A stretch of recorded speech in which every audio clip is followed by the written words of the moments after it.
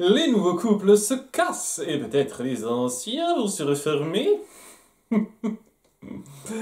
Alors, un épisode efficace pour faire progresser l'intrigue et pour clarifier certains points. Notamment la relation entre Norman et Imma. Ils n'avaient pas vraiment officiellement rompu, mais là maintenant oui. Hein, très vite. Étant donné que on va appuyer qu'il y a une espèce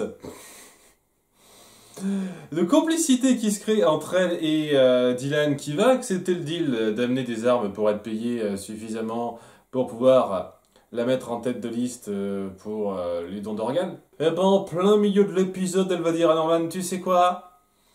Après tout ce qui s'est passé, j'étais là au passage lorsque t'as piqué ta petite colère, lorsque ta mère était plus là, etc. Ça marche pas trop. Je sens que ça a pas tilté entre nous et on peut être amis encore, c'est super, mais d'un point de vue romantique, non, je le sens pas trop. Hein, tu le prends pas trop mal. Alors il essaye évidemment de pas trop montrer que ça l'affecte, même si techniquement il est un petit peu au stade de questionnement par rapport à ce que signifiait ce que lui a dit James l'épisode précédent sur le fait qu'il serait attiré par sa mère. Et on va un petit peu jouer dessus dans cette relation où je vais revenir un petit peu plus tard sur ça. Alors, en tous les cas, oui, Dylan, lui, il va avoir sa petite intrigue secondaire avec Caleb. Hein. Il part en disant à Norma, écoute, je vais partir quelques jours pour m'occuper de la ferme. Quand je reviendrai, il faudra qu'on parle de Norman parce que ça commence à être un top t'es pas inquiétant. Hein. Ce sera bien de voir ce qu'on doit faire de lui. Et donc, je sais pas s'il aura l'occasion de le faire avec tout ce qui va se passer, mais de son côté, il va surtout donc partir sur cette petite course un peu spéciale de vente d'armes. Et Caleb aura compris qu'il était parti là-dedans et se dira, ok, si tu tiens vraiment à le faire, parce que ça a l'air quand même vachement louche, je te suis. Et on va organiser ça ensemble. Et il décide plus ou moins de prendre la place du mec qui l'aurait suivi ou pas à ce moment-là, Dylan. Je sais pas trop, ça manque un petit peu de clarté pour moi. J'ai un peu le sentiment qu'il a un peu manipulé les choses, mais je suis pas sûr à 100%. Faudra voir l'épisode suivant par rapport à ça. En tout cas, voilà, ils vont partir dans ce micro road trip tous les deux.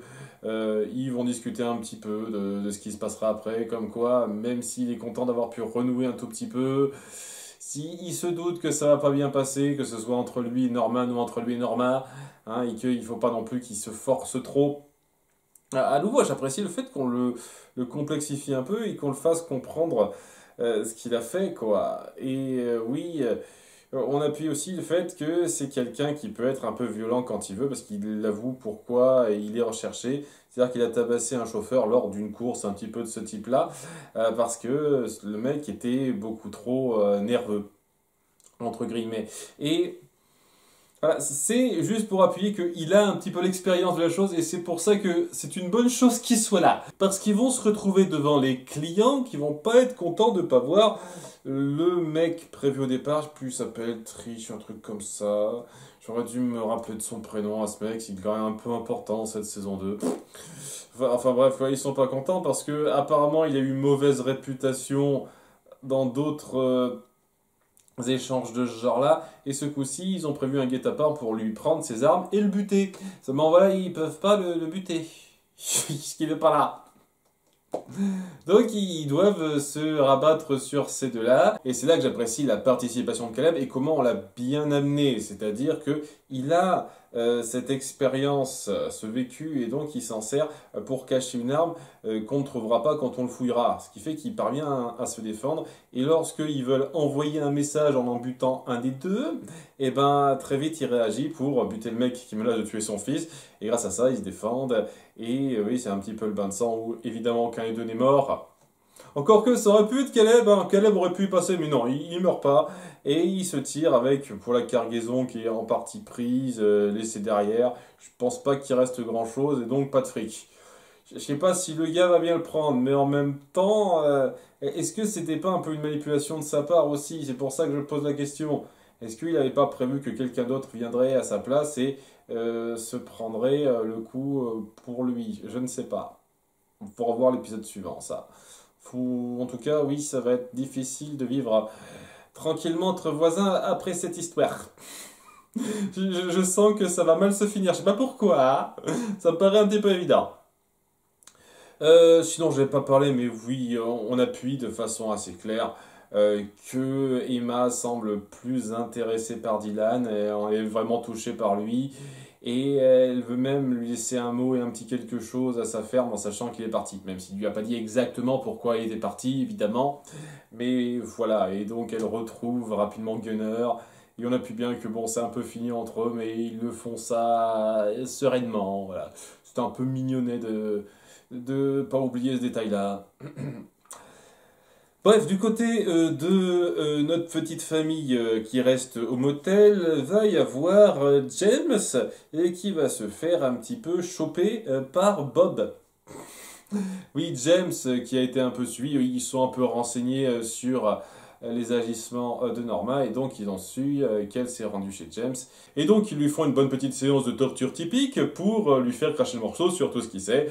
Autrement dit, plus ou moins les soucis avec Norman qu'elle a avoué. Et donc ça a servi à ça, qu'elle l'avoue comme ça rapidement à ce type. Je sais pas, je maintiens que c'est un peu bizarre qu'elle ose aller jusqu'à avouer cette partie-là. Qu'elle avoue certains autres trucs, je veux bien, mais cette partie-là, ça me fait super zarb, quoi. Bref, il sait ça.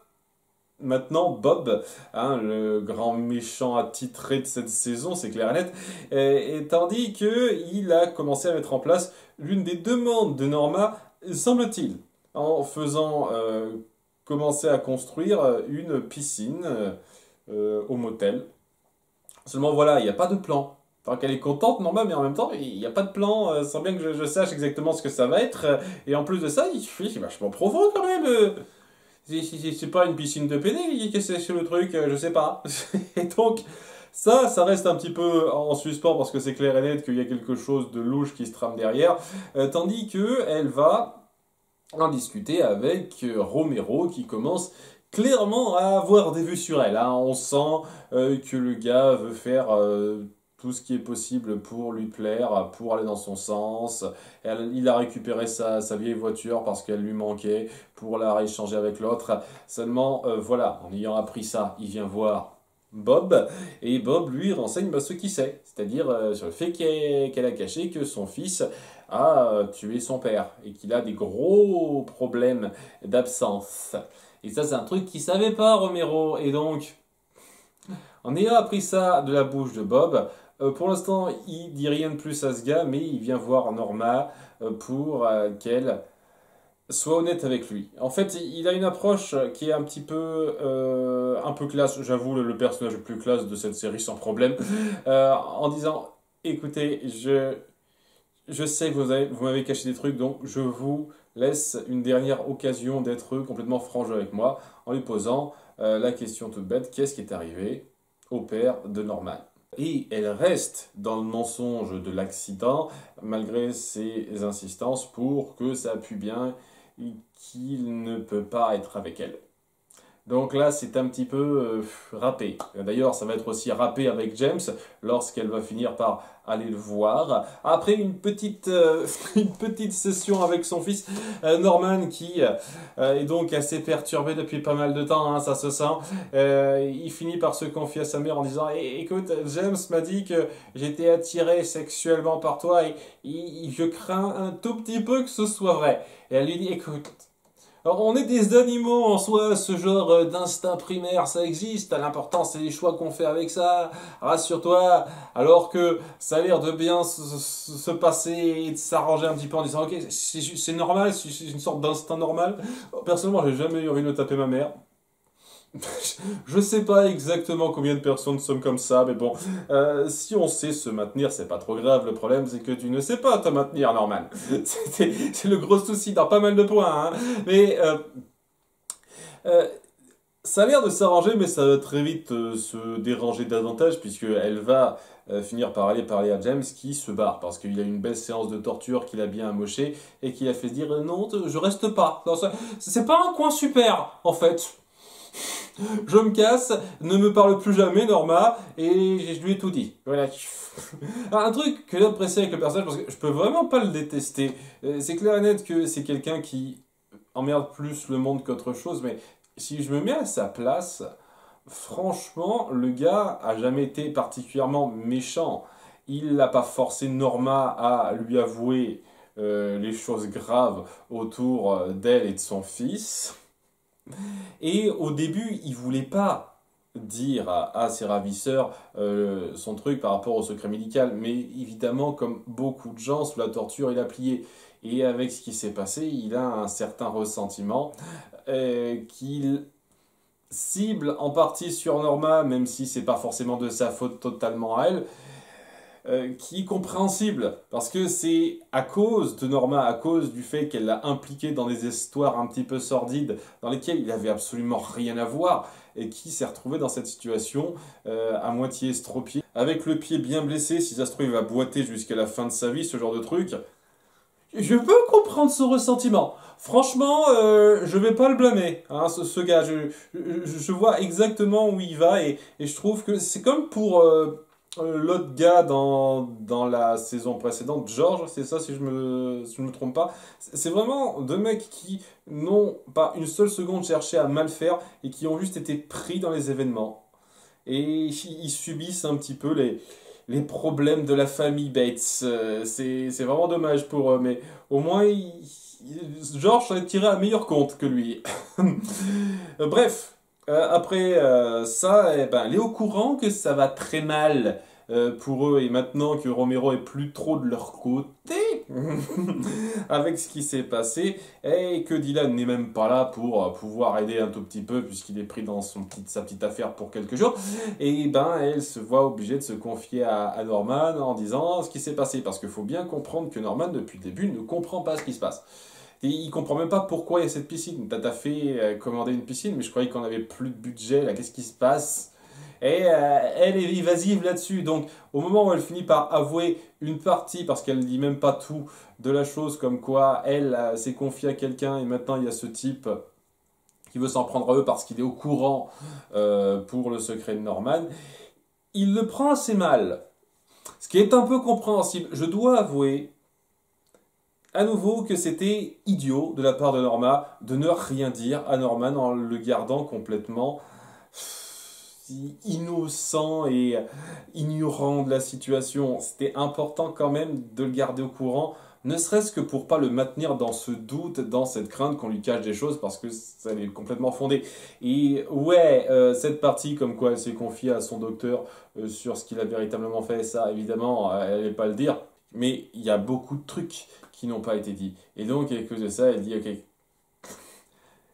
rassure-toi, tu restes cloîtré, je vais m'en occuper. Je ne sais pas comment, je me demande bien exactement comment tu vas arriver à faire la chose, Norman, mais je vais m'en occuper, Norman. Toi, tu fais juste gaffe, tu sors pas. Et qu'est-ce qu'il fait juste après, Norman? Il sort. Parce qu'il va avoir une espèce de petite crise assez compréhensible suite au stress assez cumulé direct qu'on lui balance dans la gueule d'un coup là, et il va revoir sa mère qui est un petit peu tenue sexy, mais cette fois une version hallucinée de sa mère qui l'énerve, même son chien qui réapparaît. C'est pas la première fois qu'on le voit imaginer son chien alors que il commence un peu à perdre la boule. Et il y a aussi le côté assez fort du fait que sa mère craque, aussi la vraie Norma juste avant, craque en disant que le simple fait de devoir s'occuper de lui, le stress, la stress. C'est clair et net que c'est délicat parce que tu comprends pourquoi elle ressent ça, Norma, d'avoir à gérer quelqu'un qui est un peu mentalement instable de façon à le garder un petit peu défendu du monde. Mais en même temps, de la part de Norman, c'est normal de mal le sentir parce que se sentir comme étant un poids envers cette mère qui s'excuse juste après d'avoir dit ça parce qu'elle était sur les nerfs, évidemment, elle dirait pas ça en étant réfléchie totalement. C'est aussi très touchant, ça vous impacte beaucoup, quoi. Donc, ouais, ce moment drame assez fort. Tandis que, bon, il y a une sorte de truc qui s'effondre autour de lui alors qu'il y a toutes ces hallucinations. Il décide de sortir, de de foncer dans la rue, retrouver son chien, parce que apparemment, je sais pas, cette espèce d'hallucination veut le forcer à retourner dehors dans la rue où le chien est mort, je sais pas exactement pourquoi. Et alors là, gros comme par hasard. Alors là, le comme par hasard, ça faisait un moment qu'on n'avait pas de comme par hasard aussi bien dans ta gueule. Et au moment où il sort, il y a une espèce de scène bizarre que j'ai pas très bien saisie, où il y a Bradley. Bradley est de retour. Et il y a Norman, tu es là? Je suis à quelques centaines de mètres de ton motel. C'est étonnant que je te trouve ici. Enfin, je trouve étonnant parce que bien entendu il sort depuis le moment où il se passe quelque chose avec toi à cet endroit précis. Et bien entendu, bah, ça c'est le gros mystère. Qu'est-ce qu'elle fiche là? Qu'est-ce qui se passe? Ça va être beaucoup de questions qui auront, j'imagine, leur réponse l'épisode suivant. En tout cas, cet épisode était très efficace dans le développement des différents points, hein. C'est-à-dire Bob qui essaye vraiment d'avoir le dessus, il veut pas se laisser contrôler totalement avec ce qui se passe, donc j'avoue, c'est intéressant. J'aime bien cet antagoniste de saison, d'autant plus que j'ai déjà vu cet acteur avant, et c'est la première fois que je le vois avoir un rôle aussi sérieux et dangereux. Hein, c'est assez dingue à dire. Mais j'aime bien aussi le développement entre Caleb et Dylan. Le développement sur la psychologie normale assez perturbant, bien fichu, beaucoup de choses. Et bon, le cliffhanger de fin, faut voir si ça amène à quelque chose d'intéressant ou pas. Bradley est de retour. J'avais un peu peur qu'elle n'apparaisse plus du tout, donc qu'est-ce qu'on va en faire? Alors là, vous le saurez la semaine prochaine, même Bates heure, même Bates chain. J'ai plus d'idées, moi, pour mes outros.